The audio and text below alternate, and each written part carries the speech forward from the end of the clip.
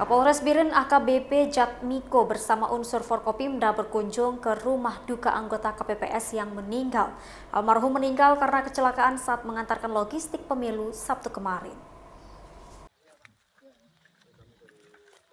Kapolres Biren AKBP Jatmiko bersama unsur Forkopimda, KIP, Panwasli, dan para muspika melayat ke rumah duka almarhum Jailani umur 56 tahun, warga Calik, Kecamatan Simpang Mamplam Sabtu kemarin.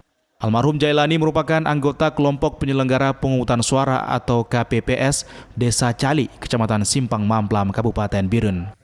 Almarhum meninggal pada hari Sabtu 24 Februari 2024 sekitar pukul 8.00 waktu Indonesia Barat setelah mengalami kecelakaan saat mengantarkan logistik pemilu ke Kabupaten Biren.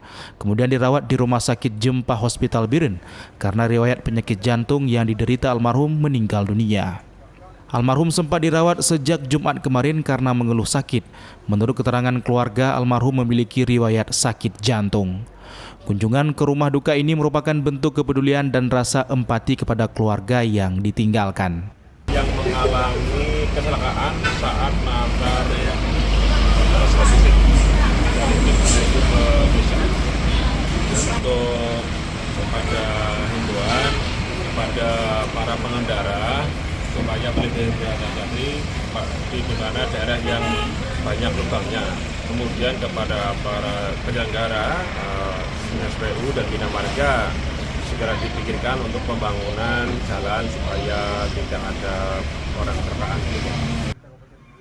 Dari Kabupaten Biren, Musriadi, iNews melaporkan.